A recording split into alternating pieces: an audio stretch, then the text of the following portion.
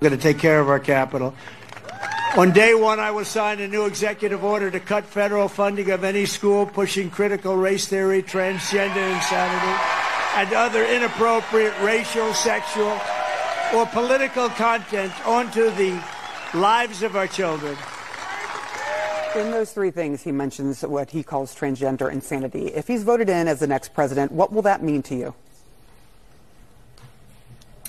We already see so many attacks on our queer community. I already don't feel safe in my own hometown, just dressed in drag like this. And it's very scary for queer people to exist in a time where we see this kind of rhetoric being pushed by our lawmakers and the people who should care about other issues that actually affect the American people, other than attacking our community, our LGBTQIA plus community. It's very disappointing, and I hope for better for our country.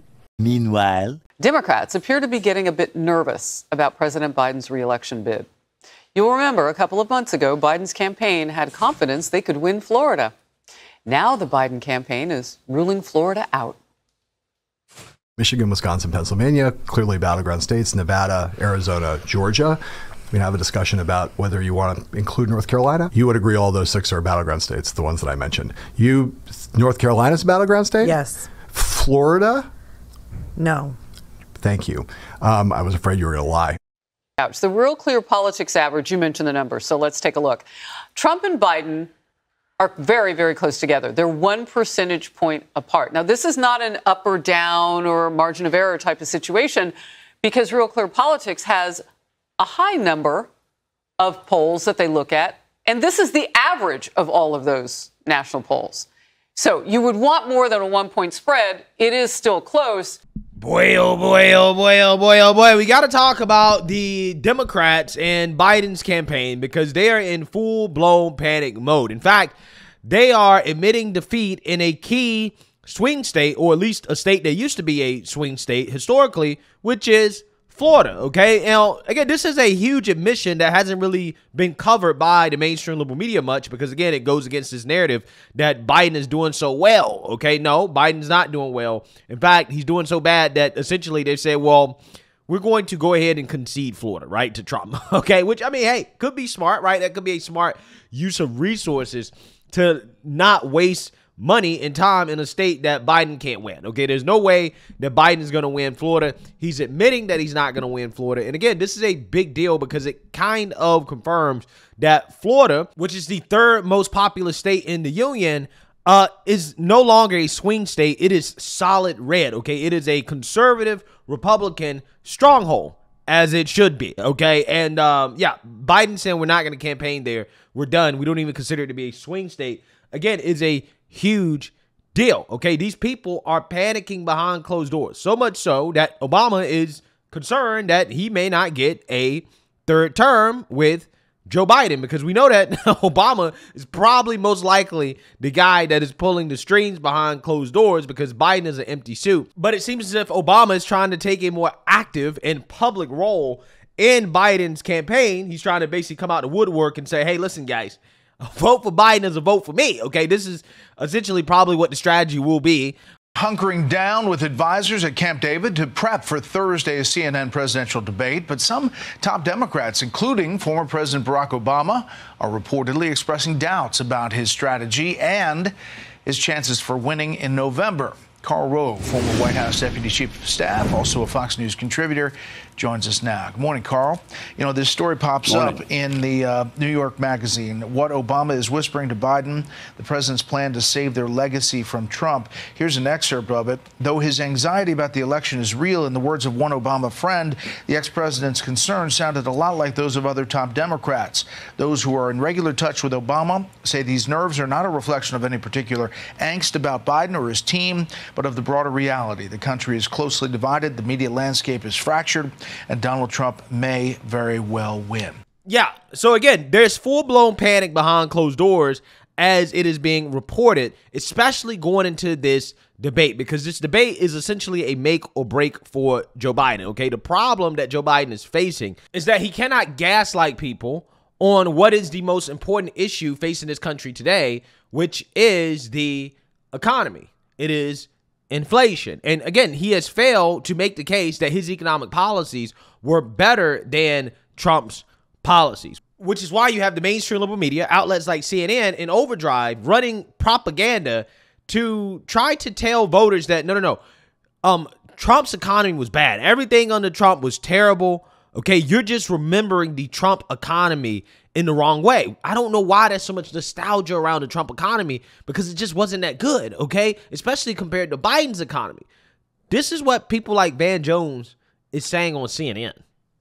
Yeah, and Van, the president is going after Trump in a new ad on the economy. Let's look at that.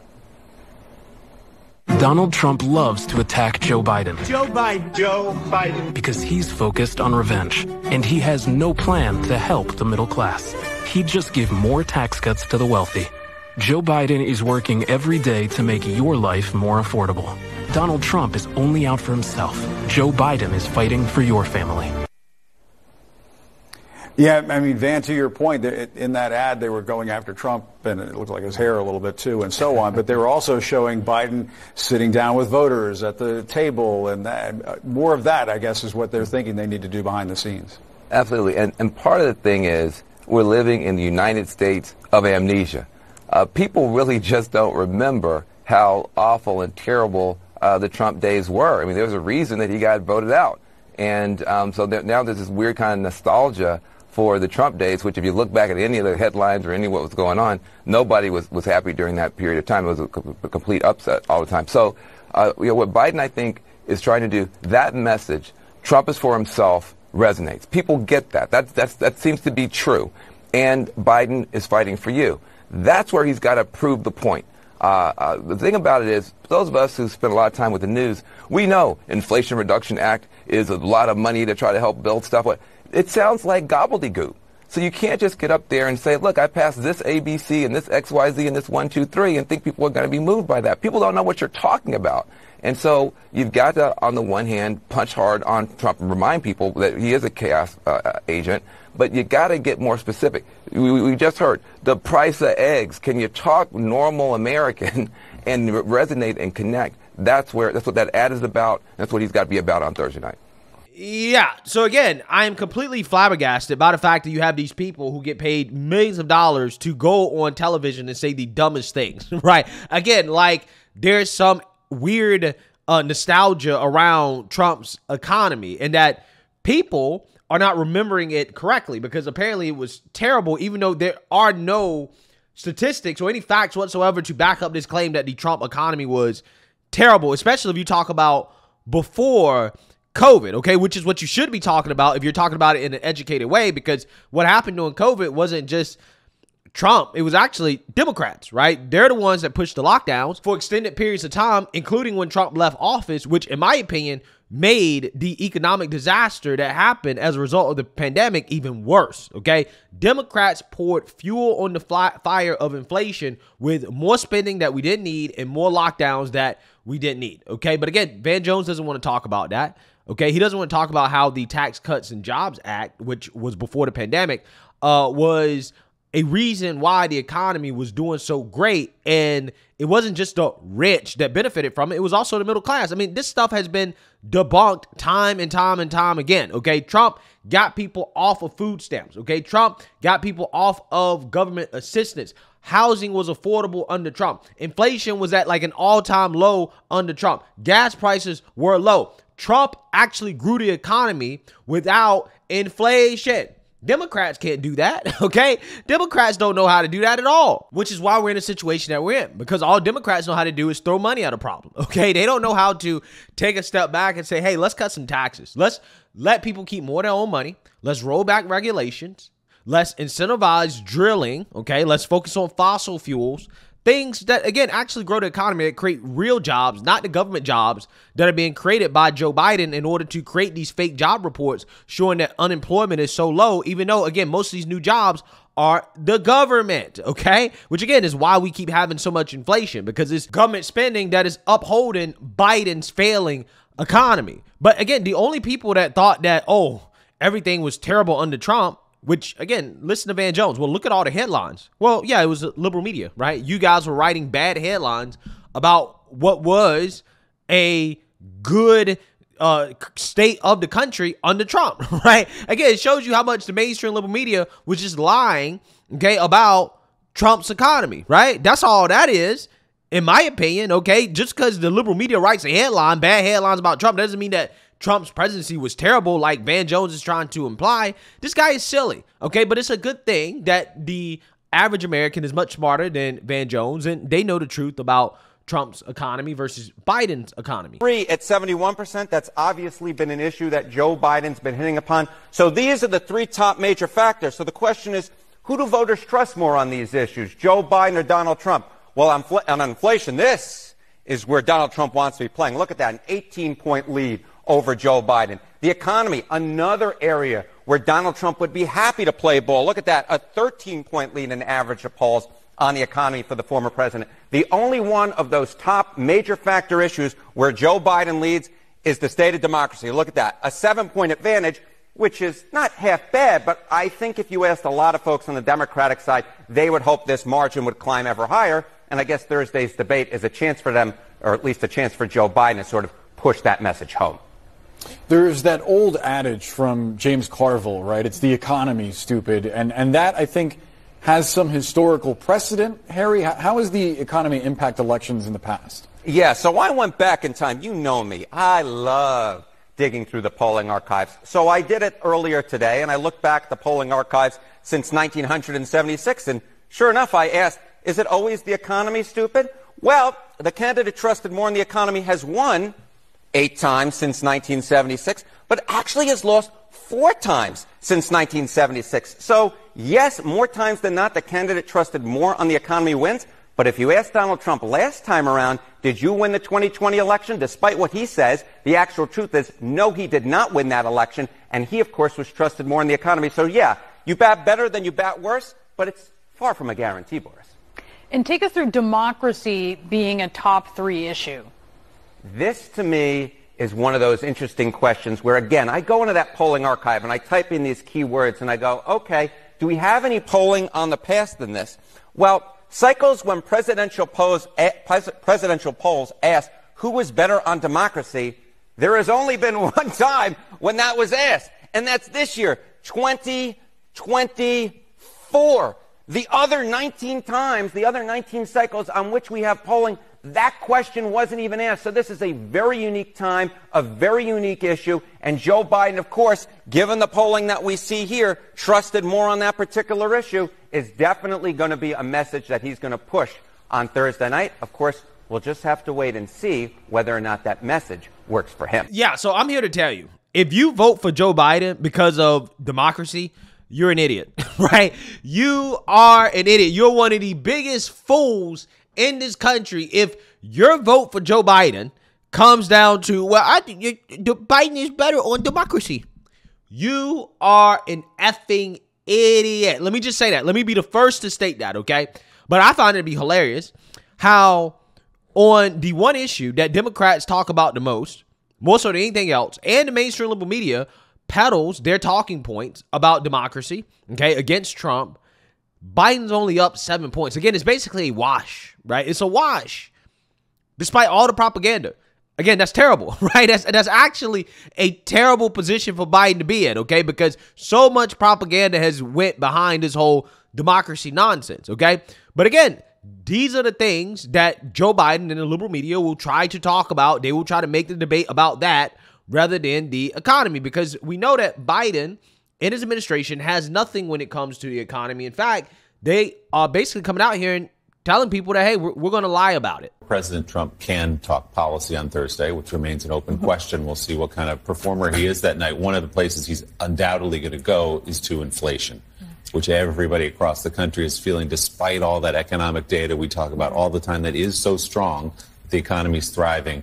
Talk about things costing too much. He'll look into the camera maybe and say, you know that your cereal costs too much. He'll go down the list of groceries and gas. How will the president address that criticism? So here's the thing. This is something that we've been talking about for some time, right? The economy. And you're right. The data shows that the economy is indeed strengthening. It's stronger. And we understand that we came out of a pandemic. a pandemic, a once-in-a-century pandemic. And the work that this president did from the American Rescue Plan to the bipartisan infrastructure legislation to the Inflation Reduction Act, all of these historic pieces of legislation has helped this country get back on its feet. So yes, eggs and milk, and there were grocery things that were up. It has gone down. It has gone down since 2022. Gas prices, because of the actions that this president took, and let's not forget there was an invasion, but Russia did obviously into Ukraine that caused gas prices to tick up. The president took action, tapped the SPR, and we saw gas prices go down. The president has met the moment with every issue that we have had in front of us. The president obviously talks about that often. He's going to have another opportunity on Thursday to speak to those issues.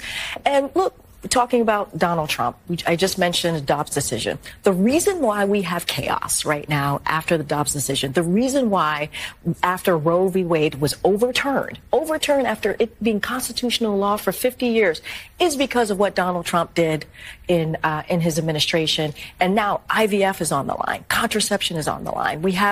I was thinking about when I was sitting here before starting this conversation, there's some of us who have young children.